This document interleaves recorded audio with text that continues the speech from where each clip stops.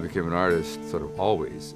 As a child, I always painted and drew, and my teachers always told my mother, how gifted I was and so on. And so I was always encouraged to go ahead with it. And we lived in Chicago, and so I went, started going to the Art Institute of Chicago as a child. So I'm talking 6, 7 years old, and was mightily impressed with what I saw.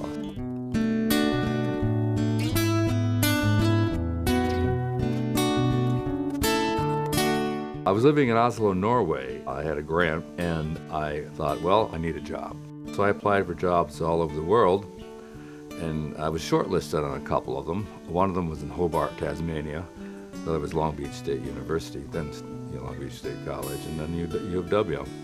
And I thought, well, the odds are reasonable. I should get a job out of this somewhere. And I said, well, I'll take the first job that's offered. It was the UW, and I said, okay, that's where I'm going to go. So that was 1964, and I thought I'd be here a couple of years and then, do something else. But the other things that cropped up in my life were not as good as this, so I stayed at the UW.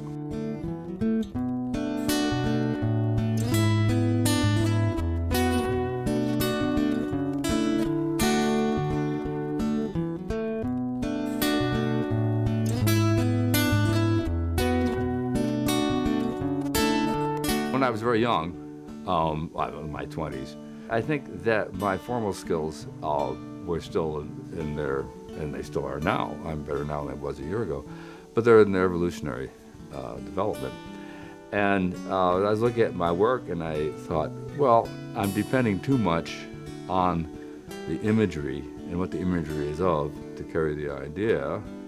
And that's a dead end eventually. It doesn't get you anywhere. And so it was probably in my late 30s, I thought, well, I'm going to concentrate more on things that are not necessarily related to the expression of the subject matter. And so I started a series of works where it has human presence but no human beings.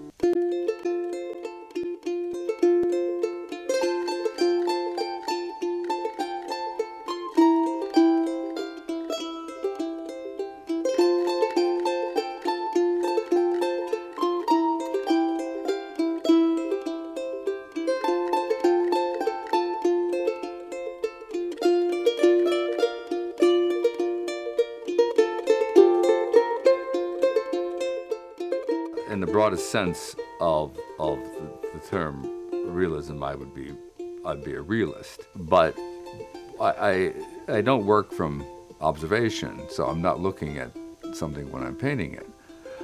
I'm not an absolutist there either. If I need to look at something, I'll go look at it. I use a lot of color, and I use tonal color. But I must say I do like the gray tonal effect.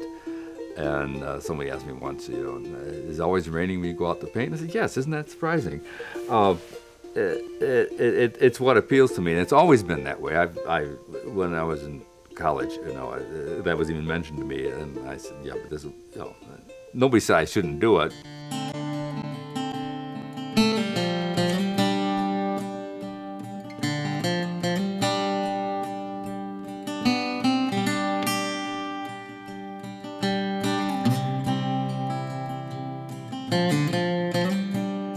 The difficulty with painting simple objects is, which I use almost exclusively, is that the less you have, the more important what is there becomes. And I'm not talking about the light on the edge of a cup can be very important to the whole painting. But I wouldn't want anybody to look at the painting and say that was what was important. They would want them to see that the painting was in its effect one that was doing what I wanted it to do. I'm after stillness, stillness is different than quiet and peaceful. Stillness has a different quality to it.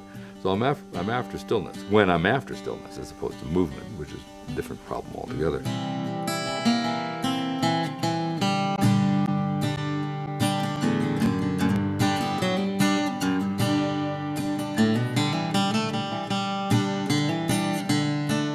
I have enough ideas now that I've never had a new idea the rest of my life. I wouldn't have plenty to do. The ideas are not hard to come by. I know what I'm trying to do, and I know what I'm after. Doesn't mean I can get there, but I know what I'm after in terms of the subjective expressive and the ideas I'm dealing with form and trying to combine the two into an intelligible whole. The difficulty comes in manifesting the idea.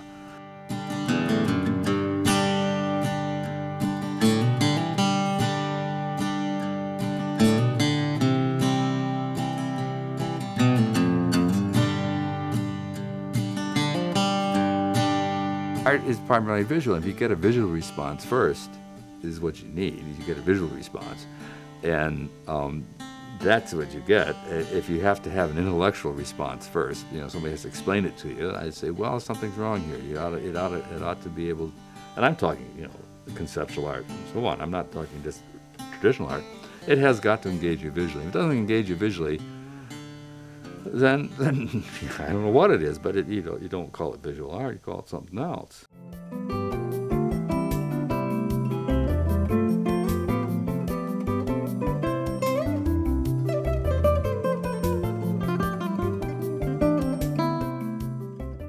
What I think of myself as, aside from being, a teacher, father, husband, all those are all integrated into it, but I do it because I find it enormously interesting and engrossing, and I've always been interested in it, and there are so many new things to discover about it.